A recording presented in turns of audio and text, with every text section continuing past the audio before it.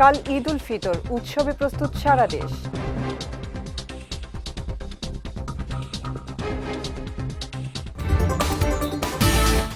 ঈদের দিন বঙ্গভবনের শুভেচ্ছা বিনিময় করবেন রাষ্ট্রপতি।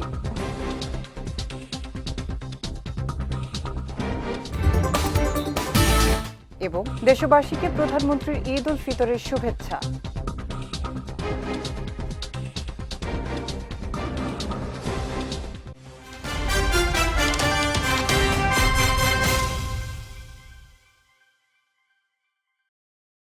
আসসালামু আলাইকুম, ঈদ মোবারক। পুষ্টিচা নিবেদিত বিজয় রাতের সংবাদে আমন্ত্রণ জানাচ্ছি আমি উম্মে কুলসুম। শুনছিলেন শিরোনাম, এবারে বিস্তারিত। সারা দেশে এখন ঈদের আনন্দ। এক মাসের রোজার শেষে আগামীকাল পালিত হবে পবিত্র ঈদ উল ফিতর। শাওলের চাঁদ দেখার মধ্য দিয়ে শুরু হয়েছে উৎসবের ক্ষণ গণনা। জাতীয় ঈদগাহে সকাল 8:30টায় প্রধান জামাতের মধ্য দিয়ে শুরু হবে ঈদের আনুষ্ঠানিকতা। ঈদ নিয়ে আরও জানাচ্ছেন সহকর্মী শায়ন সাব্বির। ক্যামেরায় ছিলেন সাকিবুর রহমান। রমজানের ওই রোজার শেষে এলো খুশির ঈদ। এক মাস সিয়াম সাধনার পর আগামীকাল শনিবার পবিত্র ঈদ উল ফিতর উদযাপনে প্রস্তুত বাংলাদেশ। রাজধানী থেকে গ্রাম সর্বত্র এখন উৎসবের আমেজ। ঈদগাহ ময়দানগুলোতে চলছে শেষ মুহূর্তের প্রস্তুতি। ঈদের আগের দিনেও নারীর টানে বাড়ি ফেরা মানুষের ভিড়ে মুখরিত জনপদ। পশ্চিম আকাশে শাওয়াল মাসের বাঁকা চাঁদ উকি দিতেই চারদিকে ছড়িয়ে পড়ে খুশির জোয়ার। কাল শনিবার সকালে ঈদগায় নামাজের মধ্য দিয়ে শুরু হবে ঈদের মূল আনুষ্ঠানিকতা। এরই মধ্যে রাজধানীর জাতীয় ঈদগাহ ময়দান সহ সারা দেশের ছোট বড় সব ঈদগাহ ও মসজিদ নামাজের জন্য পুরোপুরি প্রস্তুত করা হয়েছে। তবে প্রস্তুতি শেষ হলেও জাতীয় মসজিদের প্রধান জামাত ভেস্তে যেতে পারে বৃষ্টির কারণে। এদিকে শুক্রবার সকাল থেকে রাজধানীতে শুরু হয় বৃষ্টি। ফলে ঈদের দিনে সারা দেশে বৃষ্টি হওয়ার সম্ভাবনা বেশি বলে জানা গেছে। এদিকে জাতীয় ঈদগাহে একসঙ্গে ঈদের নামাজ আদায় করবেন রাষ্ট্রপতি মোহাম্মদ শাহাবুদ্দিন ও প্রধানমন্ত্রী তারেক রহমান। যদি বৈরী আবহাওয়ার কারণে জাতীয় ঈদগাহে জামাত আয়োজন সম্ভব না হয়, বাইতুল মোকাররমে জাতীয় মসজিদে সকাল 9টায় ঈদের প্রধান জামাত অনুষ্ঠিত হবে। ঈদের আনন্দ নির্বিঘ্নে করতে নিরাপত্তা ব্যবস্থা জোরদার করেছে আইনশৃঙ্খলা রক্ষাকারী বাহিনী। রাজধানী সহ গুরুত্বপূর্ণ স্থানগুলোতে মোতায়েন করা হয়েছে বাড়তি পুলিশ ও র্যাব। বিশেষ নজরদারি থাকছে ঈদগাহ ও বিনোদন কেন্দ্রগুলোতেও।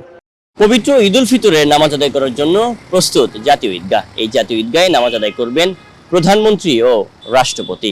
তবে বৃষ্টি যদি বাধা হয়ে দাঁড়ায়, তাহলে নামাজ আদায় করা হবে বাইতুল মোকাররমে। শায়ন সাব্বির, বিজয় টিভি, ঢাকা। ঈদ উল ফিতর উপলক্ষে শনিবার বঙ্গভবনের সর্বস্তরের মানুষের সঙ্গে শুভেচ্ছা বিনিময় করবেন রাষ্ট্রপতি মোহাম্মদ শাহাবুদ্দিন। এদিন রাষ্ট্রপতি সকাল 8:30 জাতীয় ঈদগাহে ঈদ উল ফিতরের নামাজ আদায়ের পর বেলা 11টা থেকে 11:30 পর্যন্ত বঙ্গভবনে বিভিন্ন শ্রেণী পেশার মানুষকে সঙ্গে নিয়ে ঈদের শুভেচ্ছা বিনিময় করবেন। ঈদ উদযাপনের জন্য বঙ্গভবনে প্রায় 8,000 মানুষকে আমন্ত্রণ জানানো হয়েছে। আমন্ত্রিত অতিথিদের মধ্যে রয়েছেন বিশিষ্ট ব্যক্তিবর্গ, জ্যেষ্ঠ রাজনীতিবিদ, বিচারক, কবি, সাহিত্যিক, লেখক, সাংবাদিক, শিক্ষক, বুদ্ধিজীবী এবং বেসামরিক ও সামরিক কর্মকর্তারা। এছাড়া বঙ্গভবনের ক্রেডেনশিয়াল হলে গণমাধ্যমে দেশবাসীর প্রতি ঈদের শুভেচ্ছা জানানোর আয়োজন থাকছে। পবিত্র ঈদ উল ফিতর উপলক্ষে দেশবাসী সহ বিশ্বের সব মুসলমানকে আন্তরিক শুভেচ্ছা জানিয়েছেন প্রধানমন্ত্রী তারেক রহমান। শুক্রবার গণমাধ্যমে পাঠানো এক বাণীতে সবাইকে ঈদের শুভেচ্ছা জানিয়ে তিনি বলেন, ঈদ উল ফিতর মুসলমানদের অন্যতম বৃহৎ ধর্মীয় উৎসব, যা মাসব্যাপী সিয়াম সাধনার পর আনন্দ, শান্তি ও সম্প্রীতির বার্তা নিয়ে আসে। পবিত্র রমজান মাস মানুষকে সংযম, ত্যাগ ও আত্মশুদ্ধির শিক্ষা দেয়। উল্লেখ করে এই শিক্ষা ব্যক্তি ও রাষ্ট্র জীবনে প্রতিফলিত হওয়া প্রয়োজন বলে জানান প্রধানমন্ত্রী। বাণীতে অসহায় ও সুবিধা বঞ্চিত মানুষের পাশে দাঁড়িয়ে সকলকে ঈদের আনন্দ ভাগাভাগি করে নেওয়ার আহ্বান জানান তিনি।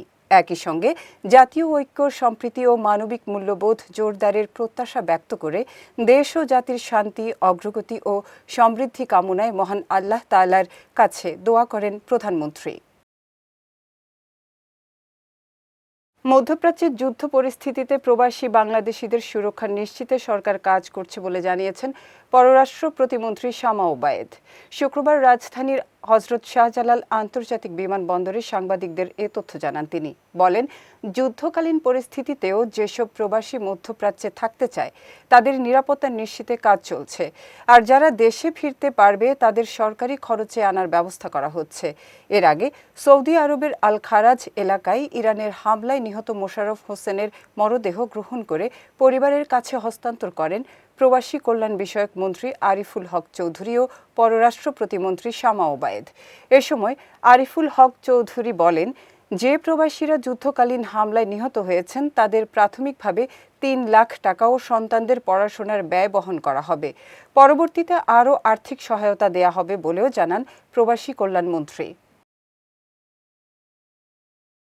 যুদ্ধাবস্থায় যে দেশগুলোতে আমাদের বাংলাদেশি ভাইরা বোনরা আছে তাদের নিরাপত্তার জন্য বাংলাদেশ সরকার নিরলসভাবে কাজ করে যাচ্ছে। পররাষ্ট্র মন্ত্রণালয় সচেষ্ট আছে, প্রবাসী কল্যাণ মন্ত্রণালয় থেকে শুরু করে সকল সরকারের প্রত্যেকেই কিন্তু সিভিল এভিয়েশন সকলেই কিন্তু আমরা সচেষ্ট আছি এবং আমাদের মাননীয় প্রধানমন্ত্রী এইটাই নির্দেশ যে আমাদের সবসময় আমরা বলেছি এই যুদ্ধ অবস্থায় আমাদের প্রথম প্রায়োরিটি হচ্ছে আমাদের বাংলাদেশি নাগরিকদেরকে সুরক্ষিত রাখা। তো তাদের সুরক্ষার জন্য আমরা যা যা করণীয় আমাদের মিশনগুলো ওই স্ব দেশগুলোতে সক্রিয় আছে, আমাদের নাগরিকদের সাথে তাদের যোগাযোগ আছে, তারা যেন নিরাপত্তার সাথে ভালোভাবে তারা থাকতে পারে যুদ্ধ অবস্থায় সেটা তারা পুঙ্খানুপুঙ্খভাবে দেখার চেষ্টা করছে। ঢাকা সহ দেশের 12 জেলায় রাত 1টার মধ্যে ঘন্টায় 80 কিলোমিটার বেগে ঝড়ো হাওয়ার শঙ্কা দেখা দিয়েছে। এছাড়া আরও 3 জেলার ওপর দিয়ে ঘন্টায় 60 কিলোমিটার বেগে ঝড়ো হাওয়া বয়ে যেতে পারে বলে জানিয়েছে আবহাওয়া অধিদপ্তর। শুক্রবার দুপুরে অভ্যন্তরীণ নদী বন্দরের জন্য দেয়া সতর্কবার্তায় এ তথ্য জানানো হয়। সতর্কবার্তায় ঢাকা, যশোর, খুলনা, ফরিদপুর, মাদারীপুর, বরিশাল, ভোলা, পটুয়াখালী, নোয়াখালী, কুমিল্লা, রাঙামাটি ও চট্টগ্রামের নদী বন্দরকে 2 নম্বর নৌ হুঁশিয়ারি সংকেত দেখানোর নির্দেশ দেওয়া হয়েছে। আর ময়মনসিংহ, টাঙ্গাইল ও সিলেট অঞ্চলের নদীবন্দরগুলোকে 1 নম্বর সতর্ক সংকেত দেখাতে বলা হয়েছে। এছাড়া শনিবার ঈদ উল ফিতরের দিন দেশের 8 বিভাগের কিছু অঞ্চলে বৃষ্টি এবং কালবৈশাখী ঝড়ের সম্ভাবনার কথা জানিয়ে দেশের জনগণকে আবহাওয়ার দ্রুত পরিবর্তনের বিষয়ে সতর্ক থাকার জন্য বিশেষভাবে অনুরোধ করেছে আবহাওয়া অধিদপ্তর। ঈদের আগের দিনও চড়া বাজার। গরু, মুরগি ও খাসির মাংসের দামে আগুন, তবে কমেছে সবজির দাম। এদিকে বাজারের এমন চড়া দাম নিয়ে বিক্রেতাদের দাবি সরবরাহ কম থাকায় দাম বাড়তি। পাশাপাশি বাজারে ক্রেতা না থাকায় হতাশার কথাও জানান তারা। সহকর্মী সায়ন সাব্বিরের রিপোর্ট, ক্যামেরায় ছিলেন সাকিবুর রহমান। আগামীকাল পবিত্র ঈদ উল ফিতর, আর ঈদকে কেন্দ্র করে রাজধানীর বাজারগুলোতে নিত্যপণ্যের দাম চড়া। বিশেষ করে মুরগির বাজারে আকাশ ছোঁয়া দাম সাধারণ ক্রেতাদের নাগালের বাইরে চলে যাচ্ছে। মাত্র 1 মাসের ব্যবধানে ব্রয়লার, সোনালী ও দেশি মুরগির দাম বেড়েছে অস্বাভাবিক হারে। তবে মুরগির বাজারে অস্থিরতা থাকলেও সবজির বাজারে কিছুটা স্বস্তি পাচ্ছে ক্রেতারা। বেচা কিনা একেবারেই কম, কাস্টমার বেশিরভাগ মানুষ, অধিকাংশ মানুষ বাড়িতে চলে গেছে এবং আরো হয়ে গেছে বৃষ্টি, যাও কাস্টমার কিছু আসছিল, বৃষ্টির কারণে মনে করেন একেবারেই নাই, বাজার পুরো ফাঁকা হয়ে গেছে। মুরগির দাম বেশি, ঈদ তো চান্দাইদের বাজার আজকে 3 দিন ধরে দাম বেশি, মেনগুড়িতেই দাম, ও আমরা তো দামে আনুন লাগে আজকে তো চান্দাইদের বেচা কিনে তো বেচা কিনে নাই। এদিকে আকাশের আবহাওয়া অনুকূলে না থাকায় বাজারে ক্রেতা কম। তবে ক্রেতা কম থাকলেও বাজারে চড়া দামে বিক্রি হচ্ছে গরু ও খাসির মাংস। বিক্রেতারা বলছেন, গরুর দাম বেশি থাকার ফলে বাজারে মাংসের দাম চড়া। তবে ঈদের আগের দিন বাজারে ক্রেতাদের আনাগোনা না থাকায় হতাশ বিক্রেতারা। মাংসের বাজারের অবস্থা তো কয়েকদিন ভালোই ছিল, মোটামুটি ভালোই ছিল। আজকে হলো চান্দাইতের বাজার, মোটামুটি বেচা কিনে অনেক খারাপ যাচ্ছে, কাস্টমার নাই, কাস্টমার কম। ঢাকা শহরে তো মানুষই নেই, সব মানুষ তো দেশে চলে গেছে। দাম সারা 850 টাকা। আজকে সারা বাংলাদেশে গরুর মাংস 850 টাকা সব জায়গায় বিক্রি হচ্ছে। ঈদের আগের দিন আসলে বাজারে যেরকম একটা জাঁকজমক থাকার দরকার ছিল বা যে একটা কাস্টমার হাই উল্লাস ছিল, এগুলি এখন একেবারে নাই। আমরা দেখেন টোটালি বসে রয়েছি বা আপনারা আমার সাথে কথা বলতেছেন, এর মধ্যে কোনো কাস্টমার বা কেউ এসে কোনো ডিস্টার্ব করতেছে না বা কোনো কথাও জিজ্ঞাসাবাদ করতেছে না। আমাদের ব্যবসা যে কোন জায়গায় গেছে আমরা নিজেরাও বুঝতেছি না, টোটালি কোনো কাস্টমার নাই বাজারের মধ্যে। ঈদে রাজধানীবাসী ঢাকা ত্যাগ করার ফলে বাজারে ক্রেতার সংখ্যা কম থাকলেও নিত্যপণ্যের দামে অস্থিরতা বিরাজমান। ঈদের আগের দিনও চড়া দামে বিক্রি হচ্ছে মুরগি, মাংস, খাসির মাংস। পাশাপাশি বিক্রেতারা বলছেন সরবরাহ কম থাকার ফলে এবং ঈদ হওয়ায় দাম এমন বৃদ্ধি। তবে ক্রেতা না থাকায় হতাশা প্রকাশ করেন তারা। শায়ন সাব্বির, বিজয় টিভি, ঢাকা। এবার পুষ্টি চিনি গুঁড়া চাল নিবেদিত জেলা সংবাদ।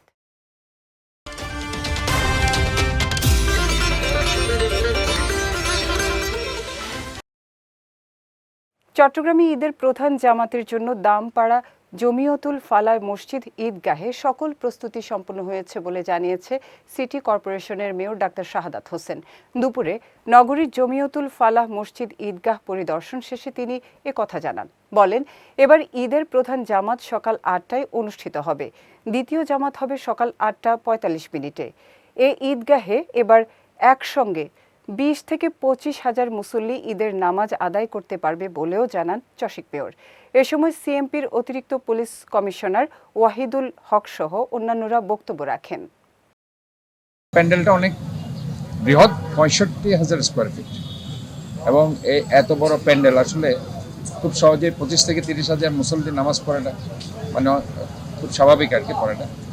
এবং আমি মনে করি এখানে পর্যাপ্ত পরিমাণে যাতে করে তারা অস্বস্তি বোধ না করে এখানে পাখার ব্যবস্থা আছে, এবং আইনশৃঙ্খলা পরিস্থিতি দেখার জন্য ক্লোজ সার্কিট ক্যামেরার ব্যবস্থা রাখা হয়েছে। কালকে এখানে যেটা প্রধান দুটি জামাত, একটা ৮টা আর একটা ৮টা ৪৫। সকাল ৮টায় আমাদের প্রধান জামাত, প্রথম জামাত, আর ৮টা ৪৫ আমাদের দ্বিতীয় জামাত।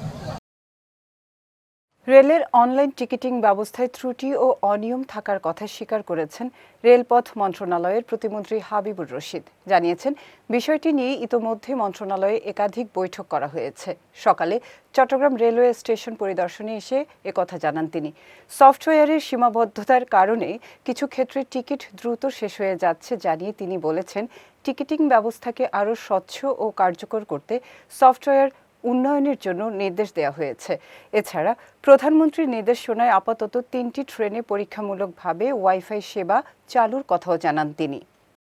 নীলসাগরে যে আমাদের সমস্যা হয়েছে নীলসাগর ট্রেনটি, সেখানে আমরা স্টেশন মাস্টার এবং চালককে আমরা সাসপেন্ড করেছি, তদন্ত কমিটি করেছি। এছাড়া আরও কারো গাফিলতি থাকলে তাদেরকেও আমরা শাস্তিমূলক ব্যবস্থা গ্রহণ করছি। সৌদি আরব সহ মধ্যপ্রাচ্যের সঙ্গে মিল রেখে দেশের বিভিন্ন স্থানে উদযাপিত হয়েছে পবিত্র ঈদ উল ফিতর। এ উপলক্ষে সকালে পিরোজপুরের ৩ উপজেলার ১০টি গ্রামের প্রায় ৮ শতাধিক পরিবারের সদস্যরা ঈদ উল ফিতরের নামাজ আদায় করেন। জেলার কাউখালী উপজেলার শিয়ালকাঠি এলাকার মোল্লাবাড়ি জামে মসজিদ, মঠবাড়িয়া উপজেলার কচুবাড়িয়া গ্রামের হাজি ওয়াহেদ আলী হাওলাদার বাড়ি, নাজিরপুর উপজেলার শেখ মাটিয়া ইউনিয়নের রঘুনাথপুর গ্রামের আল আমিন জামে মসজিদ সহ বিভিন্ন স্থানে ঈদের জামাত অনুষ্ঠিত হয়। এদিকে বগুড়ার গাবতলী উপজেলার রেল স্টেশন মসজিদে ঈদের নামাজ অনুষ্ঠিত হয়েছে। এছাড়া ধুনট উপজেলার হাসুখালী ও সোনাতলা উপজেলার কালাইগাটা গ্রামের কয়েকটি পরিবারের মুসল্লিরা ঈদের নামাজ আদায় করেন। অন্যদিকে মধ্যপ্রাচ্যের সঙ্গে মিল রেখে বরিশালের ৯টি গ্রামে উদযাপিত হয়েছে পবিত্র ঈদ উল ফিতর। এ উপলক্ষে হরিণাকুলিয়ায় চৌধুরী বাড়ি জামে মসজিদে ঈদের জামাত অনুষ্ঠিত হয়। নামাজ শেষে একে অপরের সঙ্গে কোলাকুলি করে ঈদের শুভেচ্ছা বিনিময় করেন মুসল্লিরা। যাচ্ছি পুষ্টি ড্রিঙ্কিং ওয়াটার নিবেদিত খেলার সংবাদে।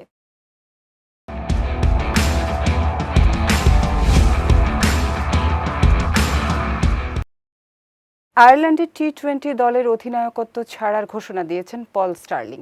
২০২৮ আইসিসি টি-20 বিশ্বকাপের প্রস্তুতির অংশ হিসেবে এ পরিবর্তন আনা হয়েছে। ৩৫ বছর বয়সী স্টার্লিং ২০২৩ সালে সাদা বলের ক্রিকেটে অধিনায়ক হয়েছেন এবং সম্প্রতি শ্রীলঙ্কায় অনুষ্ঠিত ২০২৬ টি-20 বিশ্বকাপে দলকে নেতৃত্ব দিয়েছেন। তবে টি-20 থেকে সরে দাঁড়ালেও তিনি ওয়ানডে দলের অধিনায়ক হিসেবে দায়িত্ব পালন করবেন। এদিকে স্টার্লিংয়ের স্থলাভিষিক্ত কে হবেন সেটা এখনও ঘোষণা করেনি ক্রিকেট আয়ারল্যান্ড। আগামী জুনে ভারতের বিপক্ষে ঘরের মাঠে টি-20 সিরিজ খেলবে আয়ারল্যান্ড।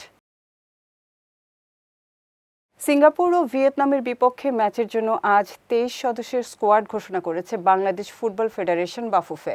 ঘোষিত স্কোয়াডে আছেন হামজা চৌধুরী ও সমিত সোম। এদিকে দীর্ঘদিন পর জাতীয় দলে ডাক পেয়েছেন বিশ্বনাথ ঘোষ।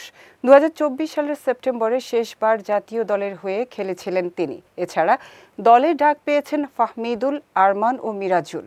বাংলাদেশের সবশেষ খেলায় তারা ছিলেন না। অন্যদিকে স্কোয়াড থেকে বাদ পড়েছেন নিয়মিত খেলা সোহেল রানা জুনিয়র। আগামী ২৬ মার্চ ভিয়েতনামের বিপক্ষে প্রীতি ম্যাচ খেলবে বাংলাদেশ। এর ৫ দিন পর ৩১ মার্চ এশিয়ান কাপ কোয়ালিফাই ম্যাচে সিঙ্গাপুরের মুখোমুখি হবে হাভিয়ের কাবরেরার দল। পুষ্টিচা নিবেদিত বিজয় রাতের সংবাদ শেষ করার আগে শিরোনামগুলো দেখে নিচ্ছি আরও একবার।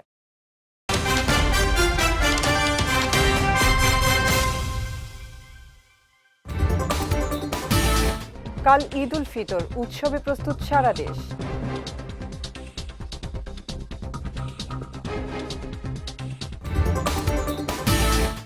ঈদের দিন বঙ্গভবনের শুভেচ্ছা বিনিময় করবেন রাষ্ট্রপতি।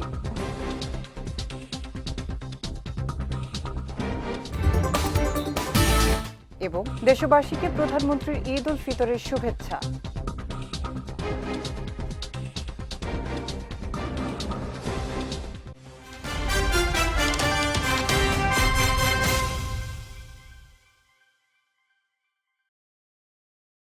বিজয় রাতের সংবাদ শেষে সবাইকে ঈদের শুভেচ্ছা জানিয়ে আজকের মতো আমি উম্মে কুলসুম আপনাদের কাছ থেকে বিদায় নিচ্ছি।